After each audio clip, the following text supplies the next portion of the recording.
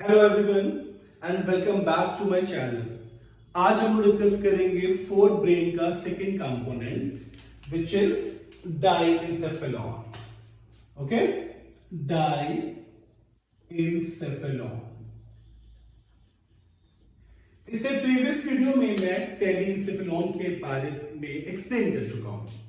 टेलिएन्सेफेलॉन में हम लोगों ने डिटेल में स्टडी किया था about the olfactory lobe as well as cerebrum. Okay, so in this session we have to discuss about diencephalon. अब diencephalon के भी थ्री कंपोनेंट्स हैं। इससे प्रीवियस वीडियो में मैं आपको एनाटॉमी शो कर चुका हूं ब्रेन की, एंड इस कंपोनेंट को यानी ये फोर ब्रेन का जो कंपोनेंट है, फोर ब्रेन का जो सेकंड कंपोनेंट है डाइएन्सेफेलॉन, इसके three important structures हैं। The first one is epithalamus, ठीक है। Second, thalamus, and the third one is hypothalamus,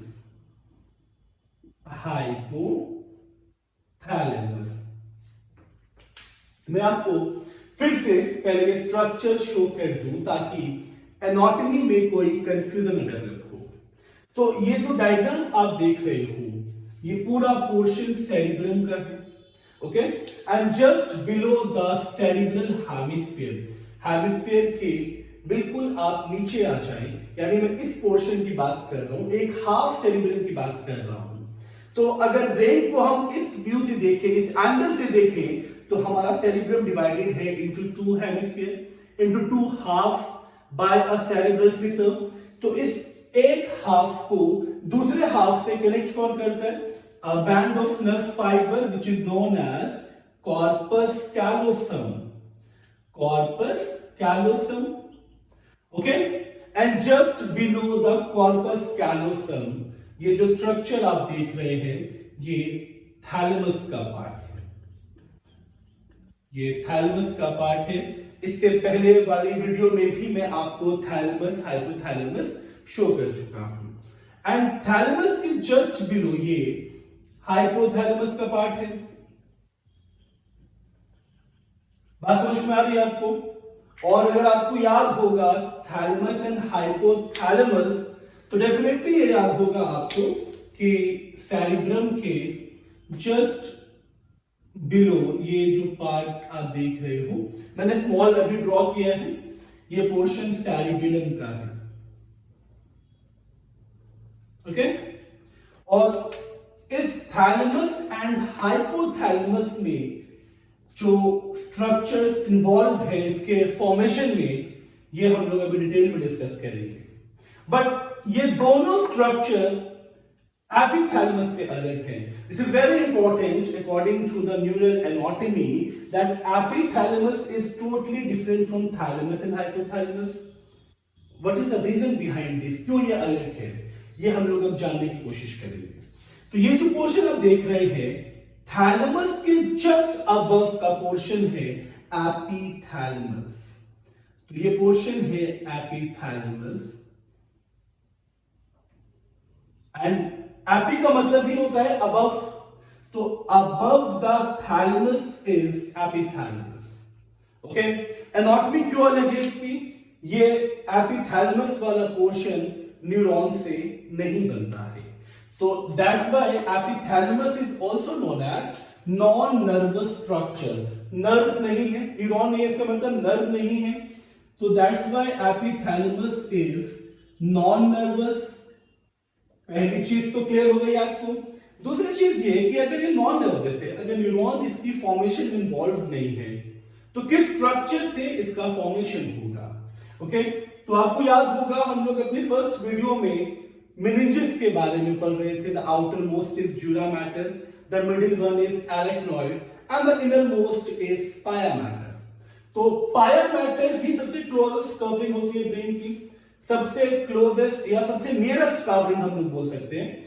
तो पाया मैटर ही एपिथैलेमस की फॉर्मेशन करता है। तो इट इज formed by पाया मैटर। क्लियर? स्ट्रक्चर तो आपको समझ में आ गया होगा कि ये मेनिंजेस से बना हुआ है, पाया मैटर से बना हुआ है। तो अंडरस्टूड है, अगर ये नर्वस नहीं है तो सिग्नल को रिसीव या सेंड करने की पोटेंशियल इसके अंदर नहीं है। अब हम बात करेंगे थैलेमस की। थैलेमस को एक इंपॉर्टेंट कंपोनेंट क्यों माना जाता है? ओके, अगर थैलेमस की बात करें तो थैलेमस क्या है? ये जो स्ट्रक्चर आप देख रहे हैं, ये जो पूरा स्ट्रक्चर है, तो ये जो मास है, इस मास को अगर मैं बहुत डीपली अगर आपको बताऊं तो it's a mass of grey matter. Okay, and that mass of grey matter is mainly located in the cerebral medulla, क्योंकि ये जो पोर्शन है वो इनर पोर्शन है।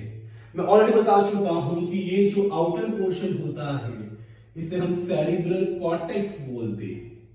ओके, तो ये तो कॉर्टेक्स का पोर्शन हो गया, एंड डीपर जो पार्ट है वो मेडुला का पोर्शन होता है। तो ये जो पूरा पोर्शन है थैलेमस का, it's a mass of grey matter. It's a mass of grey matter. तो grey matter means it's a part of neuron.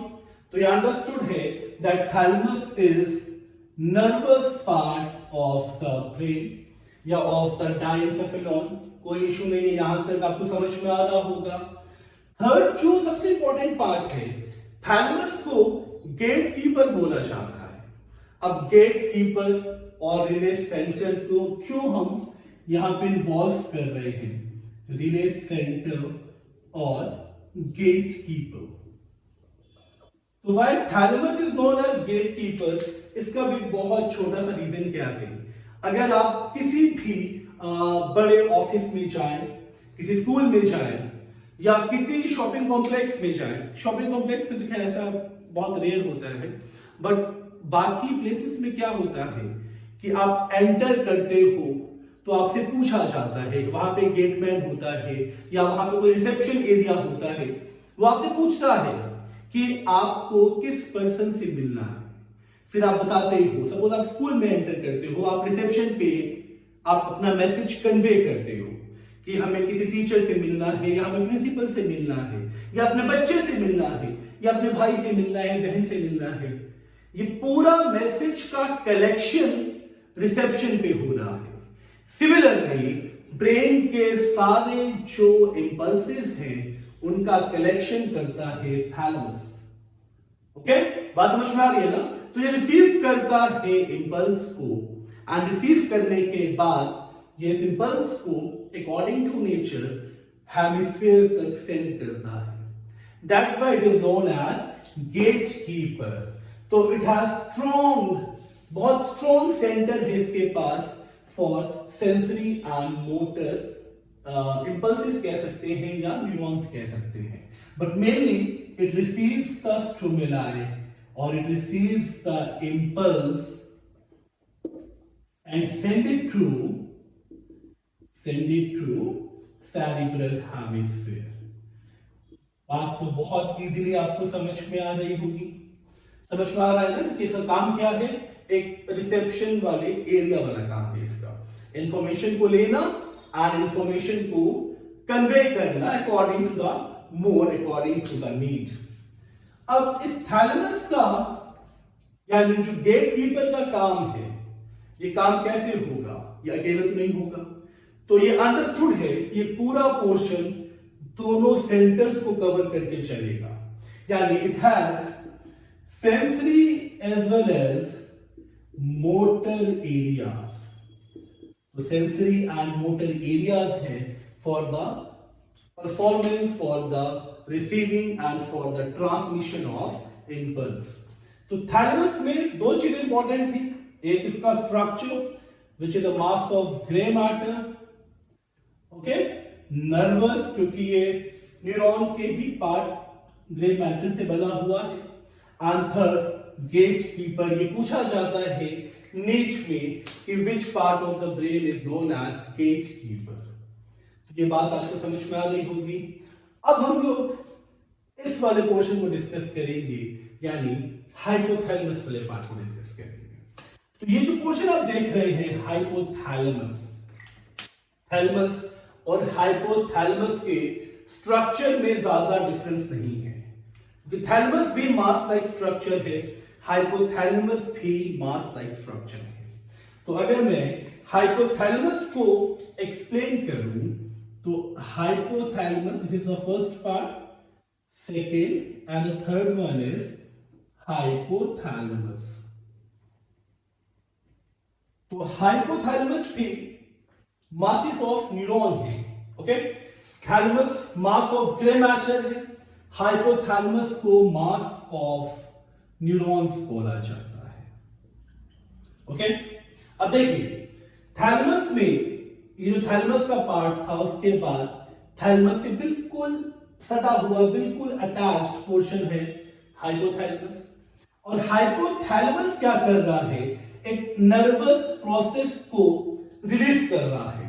ये आप पोर्शन देख रहे होंगे जो ग्रीन मार्कर से मैंने मार्क किया है, यानी हाइपोथैलेमस एक नर्वस प्रोसेस को रिलीज कर रहा है और इस प्रोसेस को हम बोलते हैं इनफंडिबुलम। और ये इनफंडिबुलम मीट कर रहा है, यानी ये इनफंडिबुलम जाके मीट कर रहा है, मैच कर रहा है, अटैच कर रहा है फेरिंजियल आउटग्रोथ को। इसको फेरिंजियल आउटग्रोथ बोलते हैं। एंड इस फेरिंजियल आउटग्रोथ को ये फेरिंजियल जो आउटग्रोथ है, इस फेरिंजियल आउटग्रोथ को हाइपोफाइसिस बोला जाता है, ओके। तो ये हाइपोफाइसिस है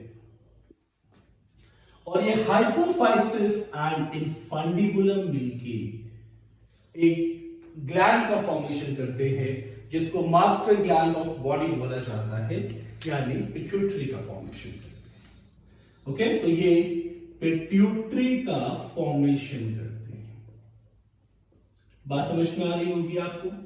इनफंडिबुलम, हाइपोफाइसिस एंड ये दोनों मिलके पिट्यूटरी ग्लैंड का फॉर्मेशन करते हैं। तो ये भी थैलेमस से एसोसिएटेड है, सॉरी हाइपोथैलेमस से एसोसिएटेड है। हाइपोथैलेमस का अब जो सबसे इंपॉर्टेंट पार्ट है वो ये है कि हाइपोथैलेमस इनवॉलंटरी एक्शंस को कंट्रोल करता है और इसमें बहुत सारे सेंटर्स हैं। आपको बता दूं, आपको जो भूख लगती है वो आपके स्टमक को नहीं लगती है, वो आपके ब्रेन को लगती है। और जहां भूख, जहां प्यास यानी हंगर, थर्स्ट, स्वेटिंग, इवन आपका टेम्परेचर, ये सब कुछ हाइपोथैलेमस रेगुलेट करता है। तो ये चीज आपको बहुत अच्छे से याद रखनी है कि it controls involuntary action like hunger, thirst, sweating, temperature, okay. तो ये सारा जो पोर्शन रेगुलेट करता है, ये सारे सेंटर्स हाइपोथैलेमस में है। ये बहुत इंपॉर्टेंट पार्ट है, इसको आपको याद रखना है। इसको थर्मोस्टैटिक सेंटर भी बोला जाता है क्योंकि ये आपके बॉडी टेम्परेचर को कांस्टेंट रखता है 37 डिग्री सेल्सियस। तो ये सब बातें आपको बहुत अच्छे से याद रखनी है। तीसरी चीज क्या है, हाइपोथैलेमस हार्मोन्स भी सीक्रेट करता है। यस, हाइपोथैलेमस एक हार्मोन सीक्रेट करता है जिसे हम hypothalamus secretes neurohormone and that neurohormone is known as releasing hormone. That neurohormone is known as releasing hormone and ये releasing hormone जो है, ये जो releasing hormone है, ये वही hormone है जो कंट्रोल करता है secretion of trophic hormone from the anterior lobe of pituitary. So it regulates the secretion of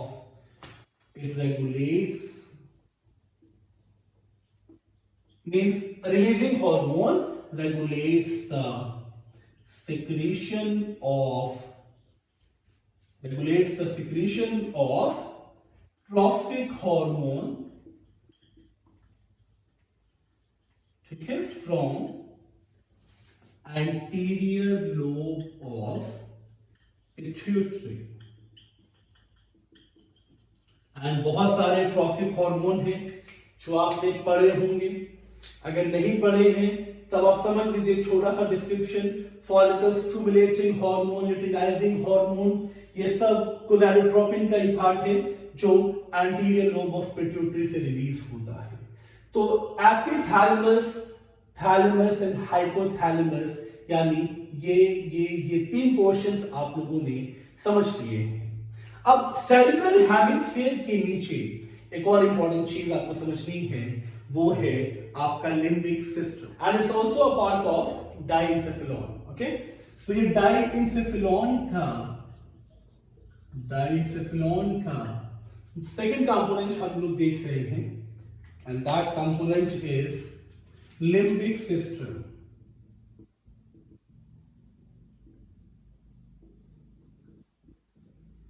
limbic system क्या है, आप लोग पहले इसको समझ लीजिए। ओके, लिम्बिक सिस्टम यानी सेरिब्रल हेमिस्फीयर का inner part means which is towards the corpus callosum, and the other deep associated structure. वो स्ट्रक्चर्स क्या है ये मैं आपको अब शो कर रहा हूं। ओके, ये थैलेमस आपको दिख रहा है, थैलेमस को सराउंड करता हुआ ये जो ग्रीनिश स्ट्रक्चर आप देख रहे हो, इसे बोला जाता है लिम्बिक फॉर्क। ओके, तो this one is limbic fork, और इस लिम्बिक फॉर्क के एंटीरियर पे जो स्ट्रक्चर आप देख रहे हो, ये जो दो स्ट्रक्चर आप देख रहे हो, ये है the first component of limbic system, amygdala, and the second component जो जस्ट अमाइगडाला के पीछे है, यानी ये जो ग्रीनिश स्ट्रक्चर आप देख रहे हो, it is known as hippocampus.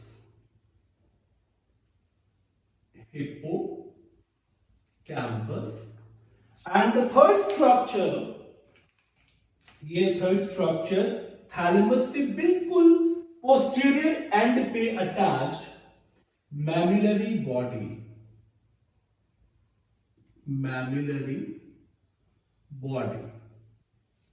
Okay, पहले इन तीनों को समझ लें, एंड कॉर्पस कैलोसम के जस्ट बिलो, यानी ये जो पोर्शन आप देख रहे हैं,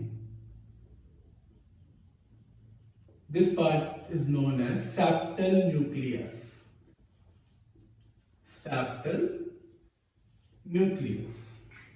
बात समझ में आ रही है आपको? तो कौन कौन से कंपोनेंट्स हैं लिम्बिक सिस्टम में, पहले वो डिस्कस कर लेते हैं। The first component is amygdala. The second component is hippocampus. पहले इन दोनों को हम लोग समझ लें, क्योंकि ये दोनों पार्ट ज्यादा इंपॉर्टेंट है। तो अमाइगडाला क्या है? स्ट्रक्चर साफ साफ इशारा कर रहा है कि it's a bulge of nucleus, और शेप अगर मैं कहूं तो it's a almond shape bulge of nucleus, almond shaped, or bulge means a small mass of nucleus, and they are located at both the anterior end of limbic fork. Located at both the end of limbic fork, and basically it is known as hippocampus. तो limbic fork के anterior and पे जो portion है, अब देखिए अमाइगडाला और hippocampus में एक पॉजिटिव जो पार्ट है, जो फंक्शनल पॉजिटिव पार्ट है वो हिप्पोकैम्पस का है, वो आपकी शॉर्ट टर्म मेमोरी को लॉन्ग टर्म मेमोरी में कन्वर्ट करता है, हिप्पोकैम्पस। बट अमाइगडाला आपके अंदर के जानवर को जगाता है। Yes, it's true.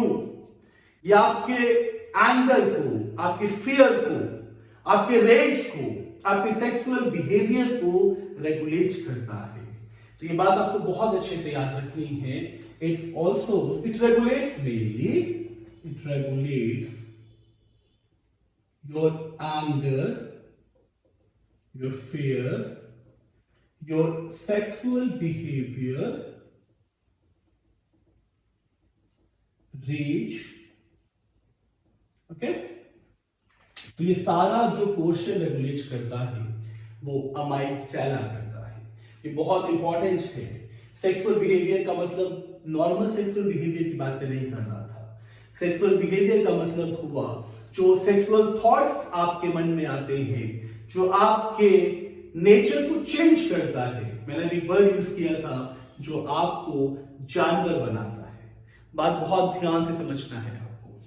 हिप्पोकैम्पस इसका एक पॉजिटिव अप्रोच है, बट पहले मैं स्ट्रक्चर की बात करूं तो the structure is similar to the structure of sea horse.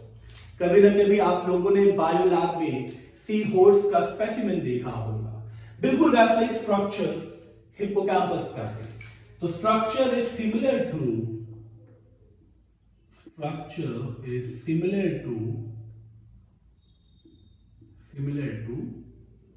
seahorse। And अगर मैं इसके फंक्शन की बात करूं, जो पॉजिटिव अप्रोच है, it converts short term memory into long term memory। तो it's a very important part in students life. जो आप लर्निंग करते हो फॉर योर एग्जामिनेशन, उसको रेगुलेट हिप्पोकैम्पस करता है। The third component, memory body. अच्छा, मेमोरी बॉडी को बहुत ज्यादा एनसीईआरटी ने डिटेल में नहीं बताया है, तो सिर्फ इसका स्ट्रक्चर एंड इसका लोकेशन ही हम डिस्कस करेंगे। मेमोरी बॉडी, तो मेमोरी बॉडी अगर स्ट्रक्चर की बात करें तो it's a nipple like structure. The structure is nipple like and located at the posterior end of thalamus. तो located at posterior end of thalamus. Okay, तो structure is nipple like. और hippocampus में, memory body में और अमाइगडाला में इसका portion जो है आपका, ये स्टूडेंट लाइफ में बहुत इंपॉर्टेंट है। तो मेमोरी बॉडी में हम सिर्फ स्ट्रक्चर की बात कर रहे थे, और हिप्पोकैम्पस में एक चीज और इंपॉर्टेंट है, it also deals with your strange signalling of smell also. तो ये भी आप स्ट्रेंज जो सिग्नलिंग ऑफ स्मेल है, इसको भी हिप्पोकैम्पस ही डील करता है। ओके, तो अगर अमाइगडाला के फंक्शन की बात करें तो it regulates your anger, fear, sexual behaviour, rage, even aggression also.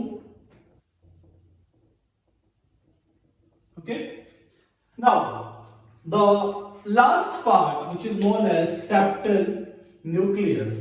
The septal nucleus is located at the region just below the corpus callosum.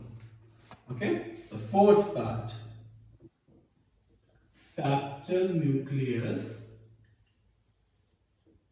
So it is located at the base of corpus callosum. Location आपको दिख रहा है, located at the base of corpus callosum, and इसका भी बहुत important role है। It has emotion centre for sexual arouse. So it has emotion center emotion center for sexual arouse. Okay, so that's all about diencephalon. In the next video we will discuss about midbrain and hindbrain. Hope you like this video, and अगर आपको ये content समझ में आया तो please channel को subscribe करें, like करें एंड शेयर करें. Thank you.